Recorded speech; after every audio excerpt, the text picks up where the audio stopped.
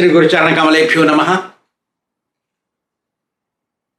ऋषभदेव अपने पुत्रों को भरी सभा में अपने प्रजा के सामने, साधु संत ब्राह्मणों के सामने, ब्रह्म ऋषियों के सामने समझा रहे हैं। वो कह रहे हैं कि जिसके दिल में भगवान श्री कृष्ण के प्रति प्रेम उदय नहीं हुआ है, वो प्राणी इस संसार में जन्म मरण के चक्र में घूमता रहता है। उसको शरीर के बाद शरीर मिलता रहता है कर्म के अनुसार। जब तक उसका संबंध शरीर से रहता है तब तक उसको मोक्ष नहीं मिलता, क्योंकि मोक्ष मिल जाने से फिर शरीर ही नहीं मिलेगा। लेकिन मोक्ष किसको मिलेगा? जो भगवान से प्रेम करता है। भगवान की सेवा, प्रेम का अर्थ है सेवा।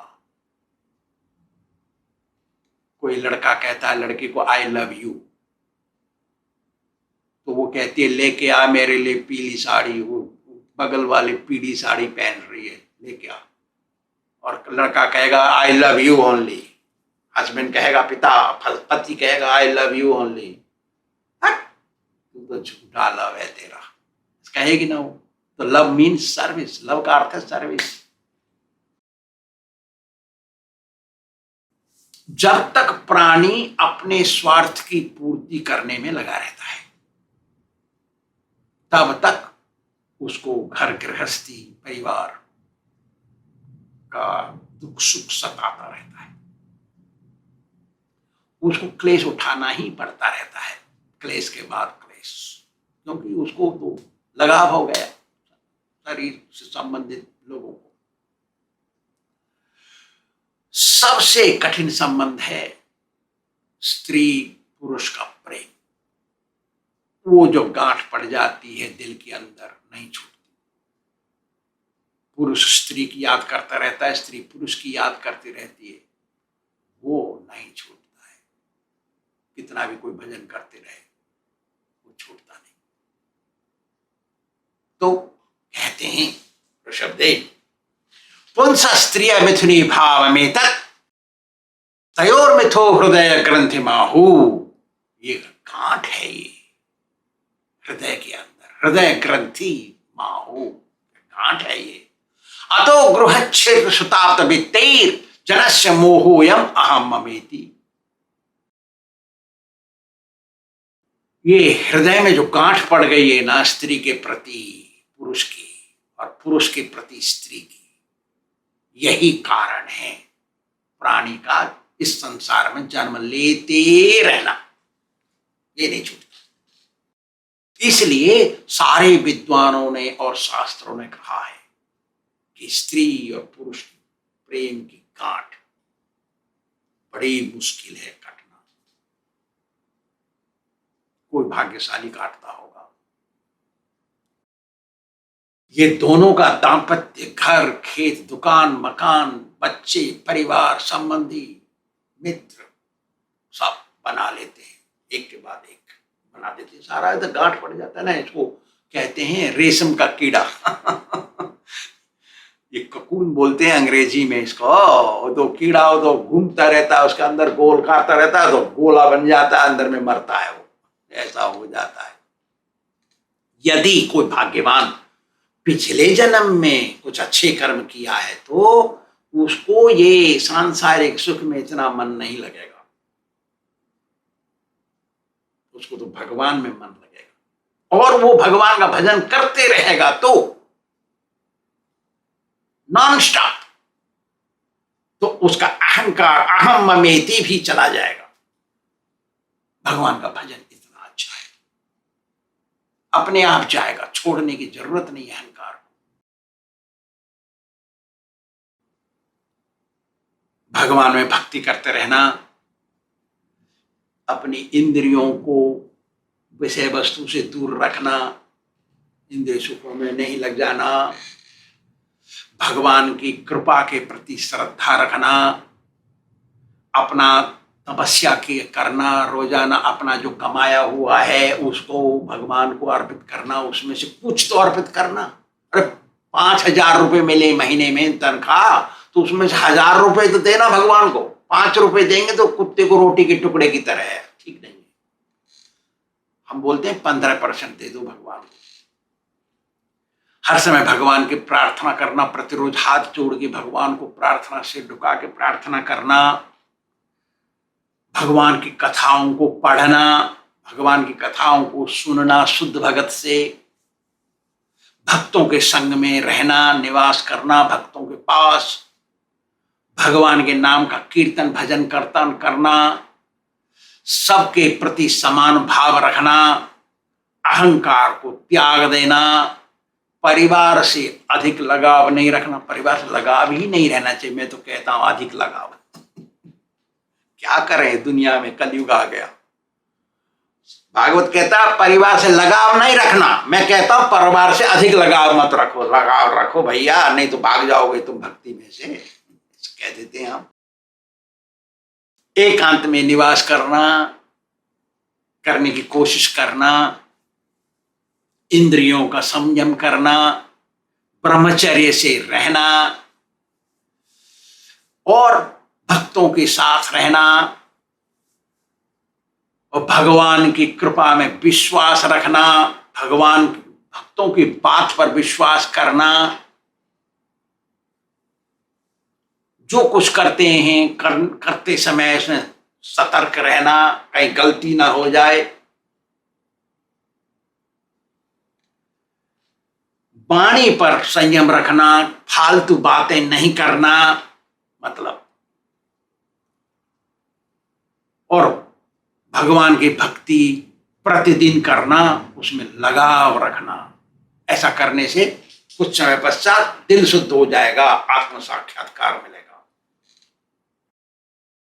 जो कोई भगवान के लोक को प्राप्त करना चाहता है और भगवान का आशीर्वाद चाहता है, तो उसे शास्त्रों से ज्ञान, गुरु जी से ज्ञान लेकर के, सीख करके, आचरण में उतार के दूसरों को प्रचार करना। दूसरों को प्रचार करने से भगवान के पार्षद बन जाएंगे, भगवान के नजदीक पहुंच जाएंगे। यदि दूसरों को प्रचार किया तो भगवान बोलते हैं भगवद गीता में, न च तस्मान् मनुष्येषु कश्चिन में प्रियकृतमा भविता न च मे तस्मात् अन्य प्रियतरो भुवि। इस पृथ्वी में मेरे लिए वो उससे अच्छा कोई आदमी नहीं जो दूसरों को प्रचार करके भक्ति मार्ग में लेके आवे। इसलिए भगत जाता है सब जगह। तो राजा का कर्म है अपनी प्रजा को सिखाना भक्ति मार्ग की बात, माता पिता का कर्म है अपने बच्चों को सिखाना भक्ति मार्ग की बात, गुरु का कर्म है अपने शिष्यों को सिखाना भक्ति मार्ग की बात। ऐसा करना चाहिए। और यदि वो सिखाने पर भी नहीं सीख रहे हैं तो दोबारा सिखाना, उनके मन के अनुसार उनको नहीं छोड़ देना, क्योंकि वो सीख रहे नहीं, दोबारा सिखाना, क्रोधित ना होना, मन न बिगाड़ देना। यदि दोबारा प्रचार करके उनको भक्ति मार्ग में लाने की कोशिश नहीं करेंगे तो उसका परिणाम कैसा होगा, खतरनाक। कैसे? देखा हम जा रहा है एक अंधा, और अंधा जा रहा है गलत रास्ते में, तो गड्ढे में गिर के मरेगा वो कुएं में, इसलिए उसको नहीं बचाएंगे, उसको पकड़ के खींचेंगे, इधर मत चल भैया, इधर चल, नहीं कहेंगे तो गिरेगा मरेगा, तो हमको पाप लगेगा।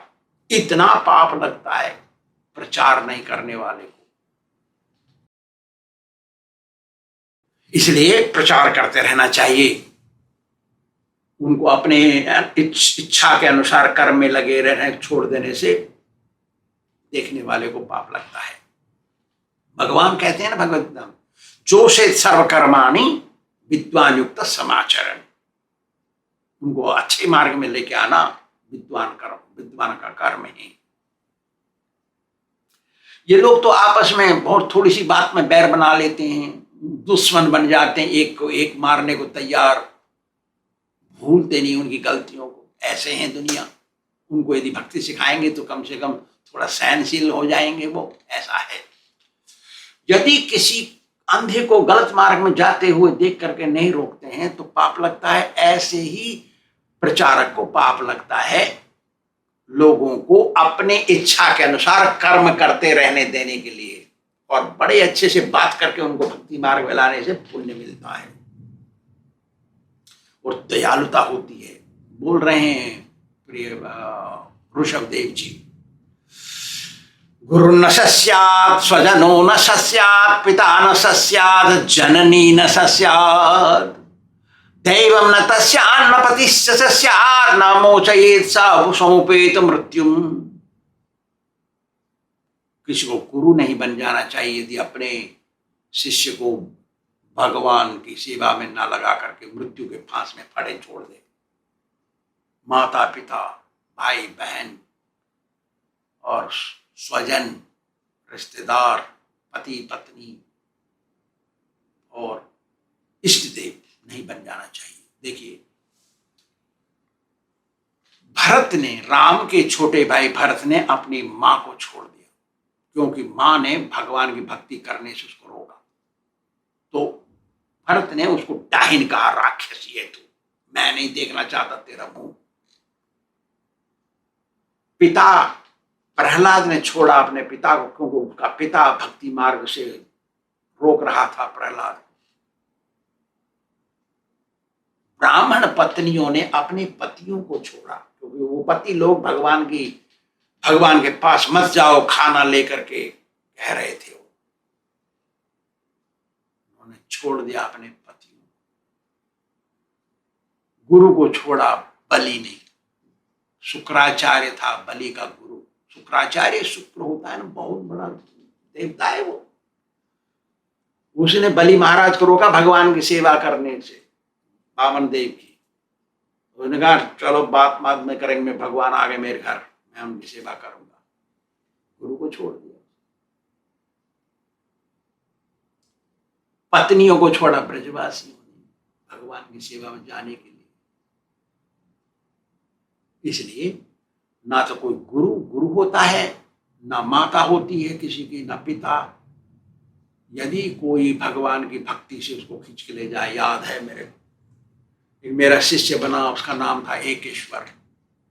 उसका पिता आया, रोने लगा लाल कपड़ा देख के बच्चे का। बच्चा ने लाल कपड़ा पहन लिया। अरे तेने ये क्या पहन लिया है, बोल रहा है वो। तो पिता चाहता है उसका बेटा अंग्रेजों का पैंट पहने खड़े होकर पेशाब करे। ये ब्राह्मण है वो लोग। मार भांग घोट घोट के, चरस, तंबाकू, सुल्फा, गांजा पी के, वो चाय, बीड़ी, सिगरेट पी के धत्तो रखा है। बाप जिंदगी भर ऐसा किया है। 60 वर्ष 65 वर्ष की उम्र हो गई उसकी। वो आया वृंदावन, मेरे पास बच्चा रहता है। होशियार था बच्चा, हमको पसंद था। और बच्चे को लाल कपड़े में देखा, रोने लगा बाप। ये देखिए, ये हालत है, ये दुनिया की हालत। कैसे कोई भक्ति में लगेगा? इसलिए ये सब नारकी है। देखो, ऋषभदेव बोल, देखो बेटे, जो प्राणी आंखों से नहीं देखे जाते, जैसे बैक्टीरिया है, पैरासाइट है, अमीबा है, ऐसे माइक्रोस्कोप से देखते हैं ना उसको, ऐसे प्राणियों से पेड़ अच्छे हैं, घास, पौधे। पौधों से वो जो रेंगने वाले जानवर, सर्प, जिनके विशेष बड़े बड़े पैर नहीं होते, उनसे अच्छे हैं पशु, क्योंकि उनकी इंद्रिय बढ़ गई है, मन बढ़ गया है। उनसे अच्छे हैं मनुष्य, क्योंकि उनकी सारी इंद्रियां प्रफुल्लित हो गई हैं, निर्णय ले सकता है। उससे अच्छा है भूत।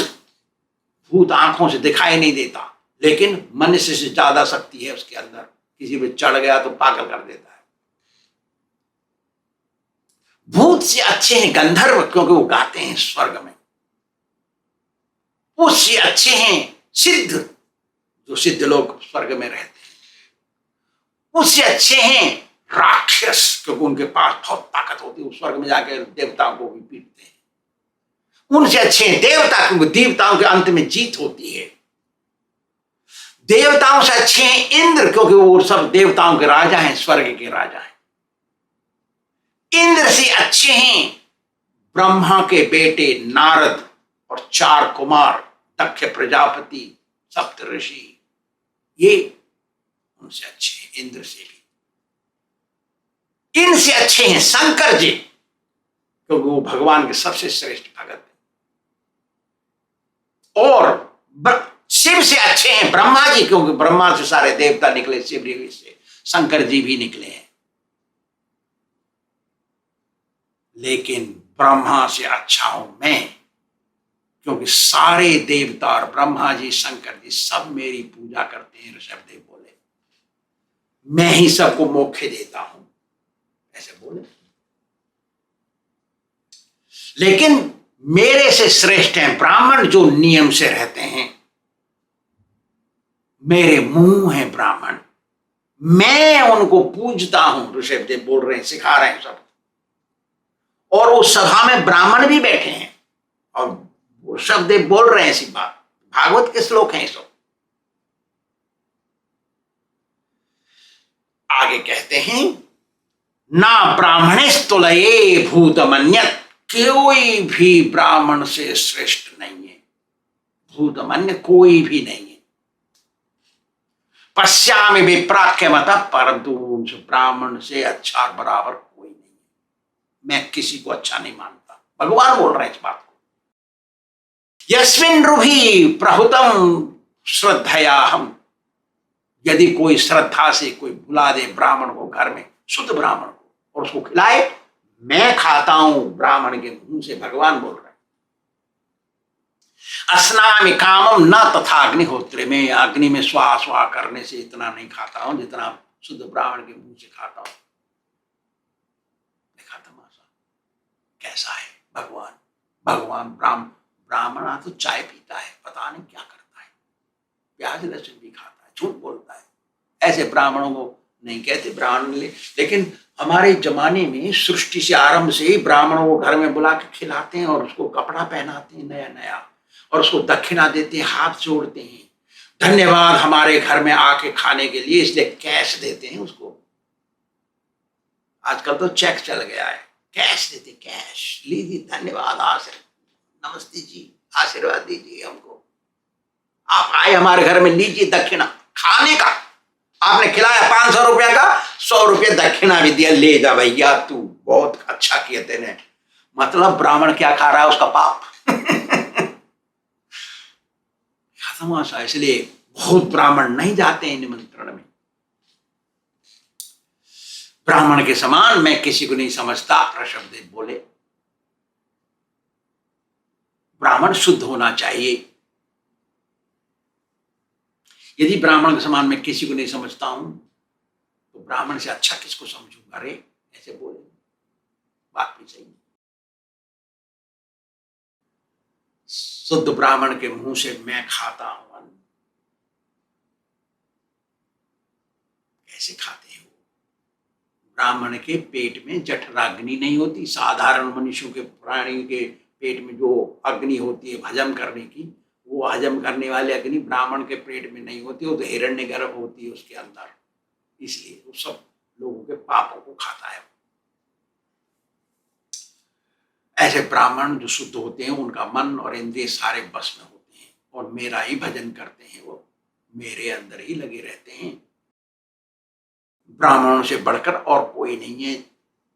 और वो स्वर्ग और मोक्ष दोनों का रास्ता दिखाते हैं। स्वर्ग और मोक्ष दोनों का रास्ता ब्राह्मण ही दिखाता है। और कालपाश, मृत्यु के फांसी से मनुष्य को छुड़ाने की ताकत ब्राह्मण के अंदर है। इसलिए सुखदेव गोस्वामी कहते हैं कि हे राजन परीक्षित, जो ऋषभदेव ने अपने पुत्रों को सिखाया, उनको सिखाने की जरूरत नहीं, क्योंकि वो पुत्र तो भगवान के पुत्र हैं। वो तो स्वयं सब कुछ समझे हुए बैठे हैं। भगवान, ऋषभदेव तो भगवान है, भगवान से पैदा हुए वो, तो वो तो सब जानते हैं। अरे परीक्षित, ये सब ऋषभदेव ने बताया हम लोगों को सिखाने के लिए, जिससे हम सीख जाएं और सही रास्ते पर चले। भगवान को अपने शुद्ध भगत बहुत प्रिय हैं, क्योंकि शुद्ध भगत भगवान के अलावा और किसी को नहीं जानते, किसी को ध्यान भी नहीं लगाते। इसलिए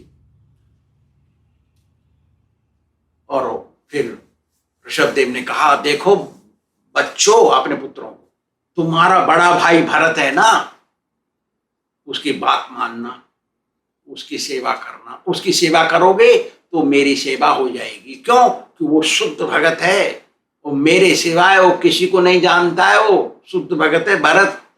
उसकी कथा आगे आ जाएगी। तो ऋषभदेव जी ने अपना सारा राज्यभार भरत को दे दिया, त्याग ले लिया, चले जंगल, नंगे धड़क के, कुछ नहीं पहना, अपने शरीर की परवाह नहीं की, बिखरे हुए बाल, स्नान नहीं करते, वो पागलों की तरह अंधमूक जड़वत घूम रहे, पहाड़ियों में घूम रहे, गांव गांव, शहर शहर, गली गली, खेत खेत, सब जगह घूम रहे पागलों की तरह, लक्ष्य विहीन ऐसे हो गए। इसी से निकला है जैनिज्म।